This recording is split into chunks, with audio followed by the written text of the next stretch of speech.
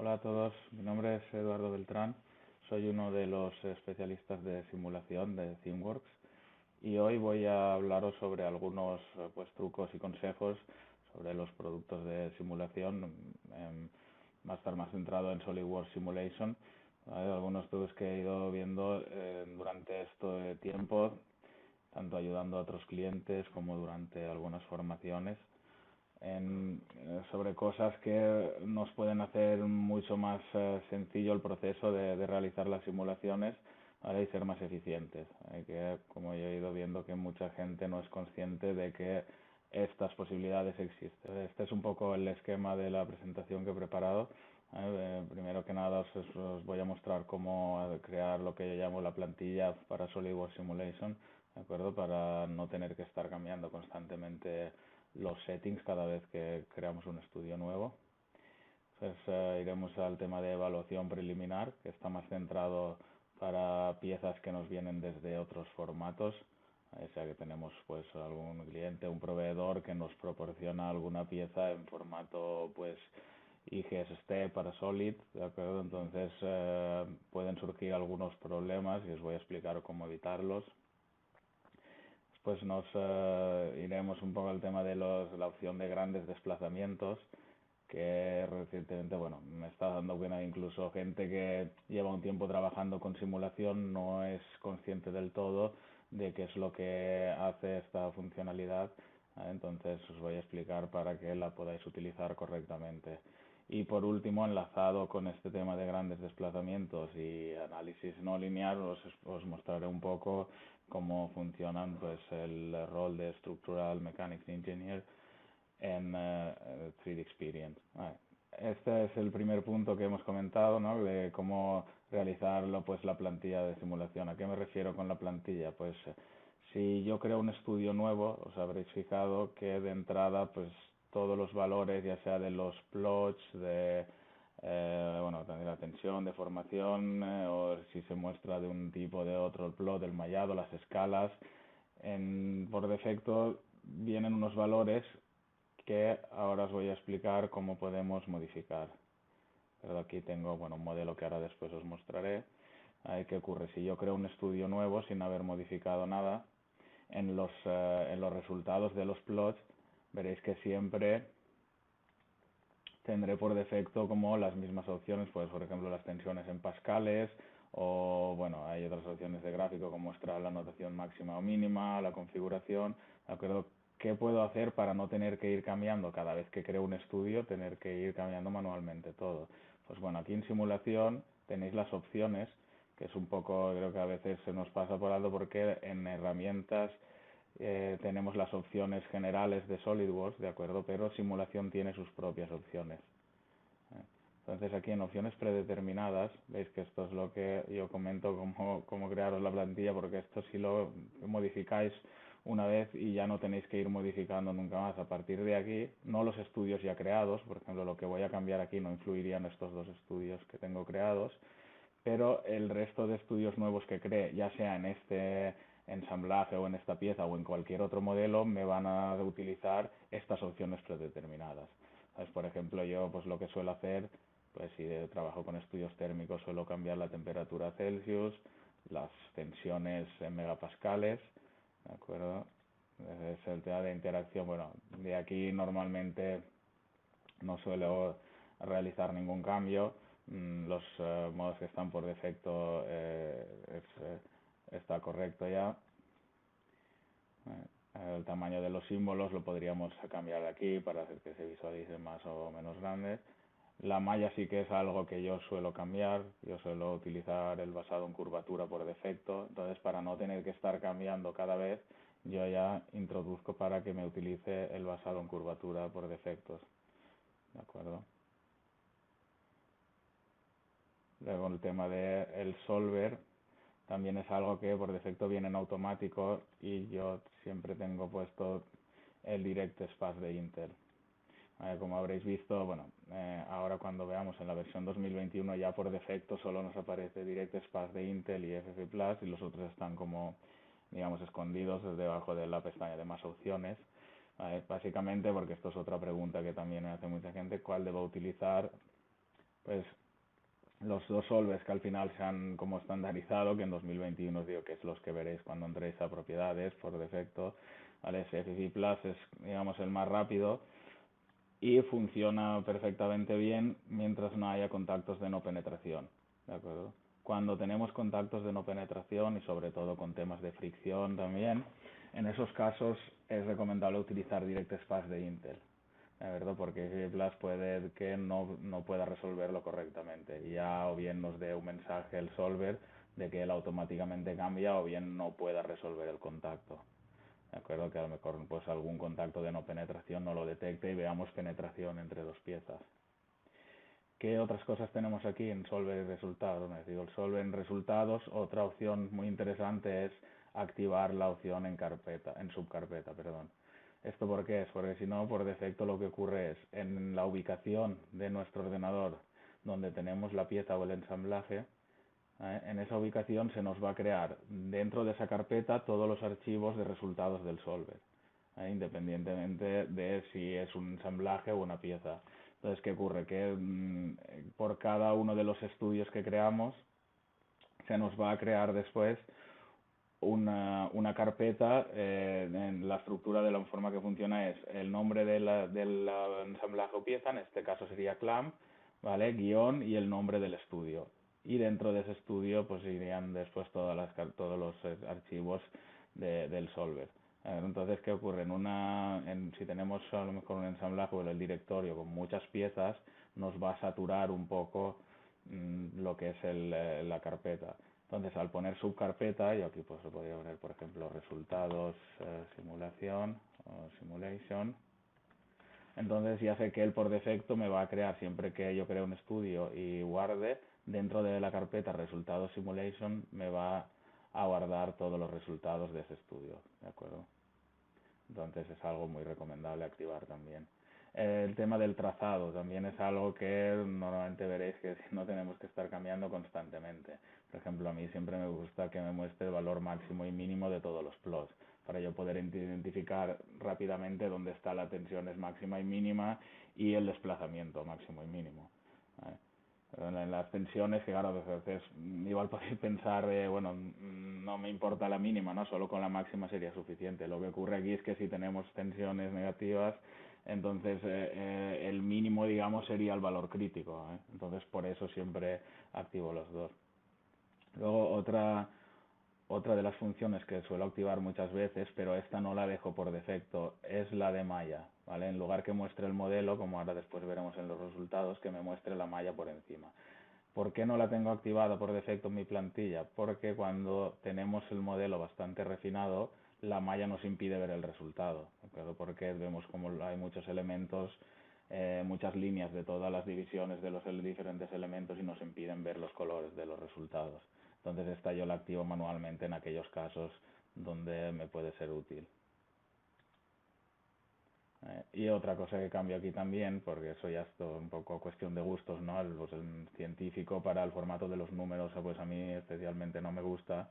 Entonces yo suelo poner formato flotante sin el separador de millares, ¿de acuerdo?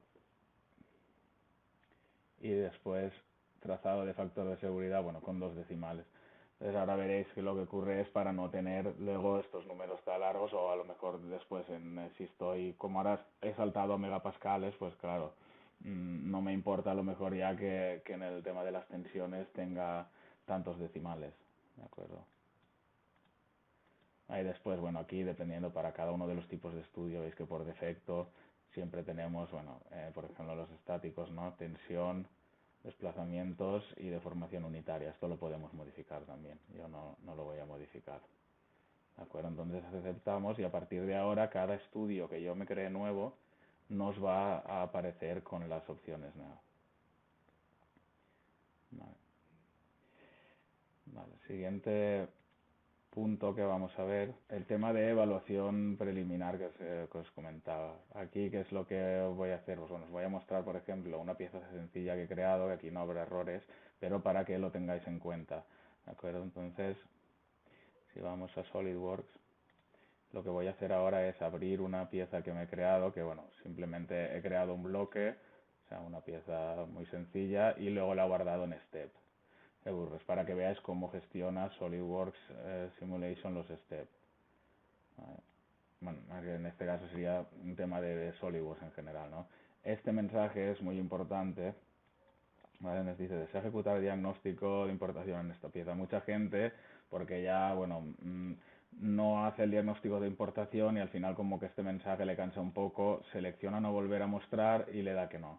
¿Vale? Cuando damos no volver a mostrar, este mensaje no nos aparece más y a veces se producen a posteriori problemas por esto. Yo con esto soy un poco pesado porque no me gusta que tengáis que pasar por esta situación que os voy a comentar. ¿Vale? Imaginemos, voy a ponerle no volver a mostrar, pero voy a decirle que sí, ¿vale? La recomendación es que este mensaje no le pongáis no volver a mostrar. Si le habéis puesto, ahora os diré cómo hacer que vuelva a aparecer. ¿Vale? Entonces, cuando yo le digo que sí, veis que aquí me abre el diagnóstico de importación. En este caso, pues bueno, como es una pieza que yo había guardado desde formato SolidWorks a Step y de vuelta a formato SolidWorks, no hay ninguna cara ni geometría defectuosa, ¿de acuerdo? Si tuviéramos algo, separaciones o caras defectuosas, os digo por experiencia que el 95% o incluso 99% de los errores que pueda haber en la geometría se pueden reparar fácilmente, ya sea intentando reparar por separado caras y separaciones, reparar todo o manualmente cada una. Si luego quedara alguna cara que no he podido reparar, pues bueno, tendríamos que ir y con operaciones de superficie, pues eliminar esa cara y repararla, ¿no? Y volver a crearla o ver o cerrar si hay alguna abertura, lo que sea. ¿Por qué os digo lo del mensaje? Porque bueno, ahora si hemos puesto que no queremos que la vuelva a mostrar, lo que debemos hacer es aquí en opciones, ¿vale? En opciones generales de SolidWorks, veis que tenéis mensajes, errores y advertencias, y aquí veis, y ahora mismo tengo en otro también que le había puesto no. Si queremos que vuelva a salir, simplemente lo marcamos aquí, aceptar, y el mensaje nos volverá a salir cuando abramos el step de nuevo. ¿Por qué soy tan pesado con el tema de diagnóstico de importación nada más importar la pieza? Porque un problema que hay es que, y que he visto muchas veces, es que si yo ahora hago cualquier operación, de acuerdo, sobre esta pieza importada, imaginaros que, bueno, en este caso es una operación sencilla, ¿no? Pero imaginaros que hemos estado trabajando una hora sobre una pieza importada y de repente digo, se me ha olvidado el diagnóstico de importación. ¿Veis? Que ahora no está disponible. ¿Por qué no está disponible? Porque esta herramienta solo funciona cuando tenemos piezas importadas. ¿Y por qué estoy hablando tanto de piezas importadas en tema de simulación? Pues porque es algo bastante crítico si hay piezas o sea, caras defectuosas o aristas abiertas. A la hora de realizar el mallado puede ser que nos empiece a dar errores o nos falle debido a esto, o por ejemplo, en simulación de fluidos, pues directamente que de un error con el mensaje de solver abnormally terminated, ¿de acuerdo? Y todo debido a que hay geometrías defectuosas que no hemos reparado. ¿Vale? Entonces, para que no os ocurra esto, que a veces pues tenemos aquí muchas operaciones ya hechas y nos toca borrar todas las operaciones, ¿de acuerdo? Menos, bueno, las que ya no quedan, ¿no? Entonces ya tenemos disponible de nuevo diagnóstico de importación. Entonces, tener en cuenta de siempre utilizar diagnóstico de importación. Vale, ahora vamos a ver otro tema bastante importante que, pero bueno, detección de interferencias lo mismo, esta herramienta sí que no se puede utilizar en cualquier momento, pero también tener en cuenta que en simulación esto también es crítico. Si hay piezas que hay interferencias entre piezas, no vamos a poder mallar el modelo. ¿De acuerdo? Hay una excepción que es los contactos de shrink feed, ajuste por apriete, que es los únicos momentos en donde si definimos ese contacto se permite una ligera penetración entre piezas para simular el ajuste este por apriete. Pero en el resto de casos, por un caso, caras defectuosas, diagnóstico de importación y detección de interferencias es esencial antes de incluso crear el estudio, ¿de acuerdo? Para evitaros después pues algún disgusto de horas perdidas por un tema de geometría.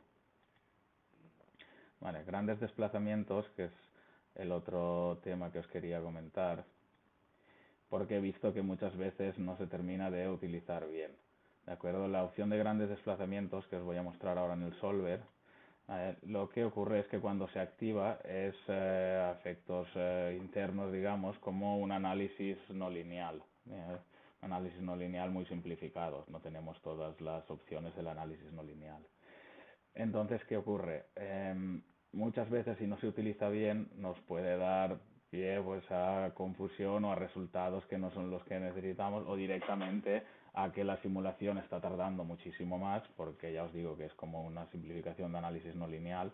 Entonces, la principal diferencia es que en los análisis lineales, veis que claro, estamos trabajando en la zona de comportamiento elástico del material, entonces las cargas también se considera que se aplican como de forma lenta y gradual, ¿de acuerdo? Y que permanecen constantes en el tiempo, ¿vale?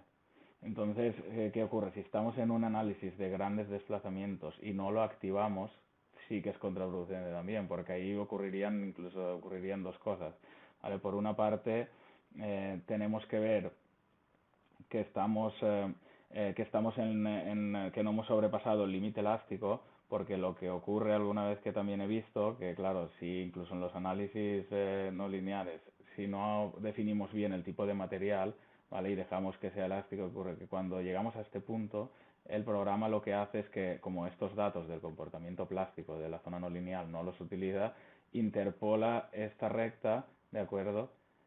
Entonces, ¿qué ocurre? Que si estamos en una deformación, digamos, por esta zona, nos estamos yendo a una tensión aquí arriba, ¿de acuerdo? Que es irreal. Entonces salen unos valores de tensión que no son correctos. ¿De acuerdo? Entonces, ¿cómo puedo saber, digamos, cuándo yo sé si es un análisis de grandes desplazamientos o no? O si debo ir a uno no lineal. Bueno, aquí voy a mostraros un ejemplo muy sencillo, que es del manual de training de SolidWorks, digamos, de SolidWorks Simulation básico, para que veáis, porque aquí me gusta porque se entiende muy bien qué es lo que hace la opción de grandes desplazamientos, ¿de acuerdo? Que está aquí, ¿veis? Grandes desplazamientos. ¿Qué ocurre? Esto por defecto viene desactivado, pero luego hay una peculiaridad que tiene el solver, que es que, por ejemplo, aquí, ¿de acuerdo? Grandes desplazamientos off, no está activado, pero yo ahora cuando voy a darle a ejecutar, ¿vale? Va a ejecutar y va a detectar que ahí se producen desplazamientos grandes. Entonces veis que salta este mensaje, ¿vale? Cuando salga este mensaje, si vosotros, bueno, ya imagináis que no estáis en un análisis, digamos, en grandes desplazamientos o de grandes deformaciones de la pieza, siempre de entrada hay que decirle que no, ¿vale? Porque lo que normalmente ocurre, no es este el caso, este sí que es un modelo de grandes desplazamientos, ¿vale?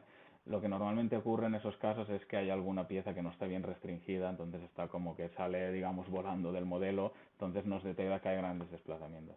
En ese caso, ¿qué es lo que suelo hacer yo? Lo que hago es, en las propiedades del estudio, en lugar de grandes desplazamientos, utilizo muelle blando para estabilizar el modelo. ¿De acuerdo? Activáis esta opción, después recordar siempre que tenéis que volver y desactivarla, ¿vale? Pero activáis en ese momento, porque así lo que nos va a permitir el muelle blando lo que hace es introducir pequeños muelles alrededor de toda la pieza, ¿de acuerdo? Entonces, si alguna pieza, digamos, no está bien restringida, va a hacer que no salga volando y que el estudio falle. Entonces nos va a permitir resolverlo, y luego cómo nos va a cantar un poco qué pieza es si tenemos un ensamblaje con muchas piezas. Pues el plot de desplazamientos. Pero cuando vayamos al plot de desplazamientos veremos que la pieza X sale completa, toda en rojo, y veremos que el desplazamiento es del orden de kilómetros. ¿De acuerdo? Entonces, en este caso, he dicho que no quiero resolver con grandes desplazamientos, vale, lo ha resuelto con pequeños desplazamientos. Yo ahora compruebo que está todo correcto y que realmente sí que es un caso de grandes desplazamientos, ¿de acuerdo? Es que es un modelo muy sencillo, son pues bueno, dos instancias de la misma pieza, son pues digamos las típicas pinzas de las piezas, ¿de acuerdo? ¿Qué es lo que veo yo aquí extraño que vosotros también estaréis fijando? O sea, yo cuando utilizo unas pinzas, vosotros veis que yo presiono y las dos caras, digamos, deberían de coincidir, las dos aristas. Entonces aquí están produciéndose dos cosas. Una es debido a lo que os comenté, de que las cargas se aplican, digamos, en uno se aplican de manera gradual y tienen que ser constante, ¿vale? Con pequeños desplazamientos. ¿Por qué? Porque aquí, como se produce un gran desplazamiento, si no vamos a un análisis de grandes desplazamientos o a un no lineal, digamos que sería ya la opción más avanzada dentro de grandes desplazamientos, es como la opción simplificada de este no lineal. Entonces lo que ocurre es que aquí está aplicando todo, digamos, todo el step. En un paso aplica toda la fuerza, entonces no actualiza la dirección de la fuerza. ¿De acuerdo? Entonces por eso está realizando esta deformación que no es, que es irreal para el tipo de material, digamos, y el comportamiento que debería ser. Entonces aquí han ocurrido dos cosas. Por un lado veis que la deformación no es correcta del todo, porque ya veis que estos no coinciden. Y el segundo paso es que, aunque yo he definido, bueno, tenemos el contacto global, que lo que me está haciendo es unirme estas dos piezas aquí, pero después le he definido el contacto, digamos, de no penetración, o que se llama ahora interacción global, ¿de acuerdo? No, perdón, la interacción local, ¿de acuerdo? Entre las dos piezas, ¿vale? Para que me detecte este contacto. Entonces aquí veis que incluso ha habido cierta penetración entre las piezas, ¿vale? Y todo viene debido a lo mismo, a que estamos aplicando, digamos, grandes desplazamientos sin la opción de grandes desplazamientos o sin ir a un análisis no lineal. Entonces, ¿qué ocurre? Como lo hace, digamos, aplica toda la carga de golpe, donde no nos detecta bien el contacto entre las dos caras, porque ese step no lo puede detectar, da un salto muy grande y no actualiza la dirección bien. ¿Cuál es la alternativa? Digamos, si cuando hacemos la simulación y me lanza el mensaje de si quiero activar grandes desplazamientos, le digo que sí, entonces iríamos, aquí lo resuelto porque tarda un pelín más, iríamos al tema de grandes desplazamientos activado, que veis aquí, ¿vale? Aquí lo tengo activado, entonces la diferencia ¿cuál es? Aquí aplica de forma, digamos, paso a paso, aplica eh, de forma progresiva la carga, entonces veis que aquí sí que tengo los resultados que yo esperaba. Aquí me coinciden, ¿vale? Las dos caras sí que están cerrando, digamos, las dos piezas correctamente, ¿vale? Y me detecta el contacto de no penetración como debería, ¿vale? Entonces, este es un caso en los que deberíamos tener activado grandes desplazamientos. ¿Qué ocurre? Lo que tenéis que tener en cuidado, si nos ocurre, salta el mensaje porque hay alguna pieza que no está bien restringida, ¿de acuerdo? Cuando yo le doy aquí a simular, me lo volverá a decir ahora, que se han detectado grandes desplazamientos, tenéis que tener cuidado si le decís que sí, porque me ha pasado a veces que se le dice que sí, él se resuelve con grandes desplazamientos, pero la gente no se da cuenta de que una vez le digo que sí, esto se queda la opción automáticamente, el programa lo que hace es que me activa opción de grandes desplazamientos. Entonces me ha pasado a veces de ver bueno, gente que lo ha activado porque le ha saltado el mensaje y había alguna pieza que no estaba bien restringida, se dan cuenta de que no está bien restringida, pues introducen el contacto o modifican el contacto que no esté correcto, pero no se dan cuenta que se han dejado esta opción activada. Entonces, ¿qué ocurre? Si activamos grandes desplazamientos sin que sea necesario, lo que nos va a ocurrir es que vamos a estar para obtener los resultados pues mucho más tiempo. Aquí voy a compararos, esto lo he simulado antes, de acuerdo, aquí veis solución total 2 minutos, ¿vale? Y con grandes desplazamientos desactivado, que bueno, en este lo podemos simular ahora mismo. Veréis que claro que el tiempo de cálculo es muchísimo menor. Aunque bueno, aquí sería este erróneo, ¿no? Pero en una pieza donde no tenemos grandes desplazamientos, pues nos ocurriría lo mismo, ¿de acuerdo? En el dorso veis que es 5 segundos frente a 2 minutos. O sea, eso para que tengáis cuidado con la opción de grandes desplazamientos, ¿de acuerdo? Vale, entonces ahora el otro paso es a veces que, vale, ya veo que con el análisis que acabamos de ver, ¿no? El análisis estático, incluso con un no lineal, quiero hacer tal simulación, pero no consigo hacerla funcionar, me da error, ¿vale? Pero cuando llegamos a este punto, tenemos que tener en cuenta que el solver de simulation, de SolidWorks Simulation, tiene algunas limitaciones, ¿vale? Para las simulaciones ya, digamos, más avanzadas, como la que os voy a mostrar ahora, tenemos Structural Mechanics Engineer, ¿de acuerdo? En la 3D Experience Platform. Entonces eso se puede acceder de dos maneras, ¿no? Sino adquiriendo SolidWorks Connected, que es el SolidWorks ya en la nube, entonces ya ahí trabajamos guardando todas las piezas y todo el programa está en la 3D Experience. Y luego la otra opción es el SolidWorks Desktop, como el que os acabo de mostrar, con el conector. Que el conector lo que me permite es subir las piezas, conectar, digamos, las piezas o mis ensamblajes de SolidWorks a la plataforma. Una vez en la plataforma, pues tengo acceso a estos otros tipos de estudios, ¿verdad? Que no se pueden realizar directamente en SolidWorks Simulation.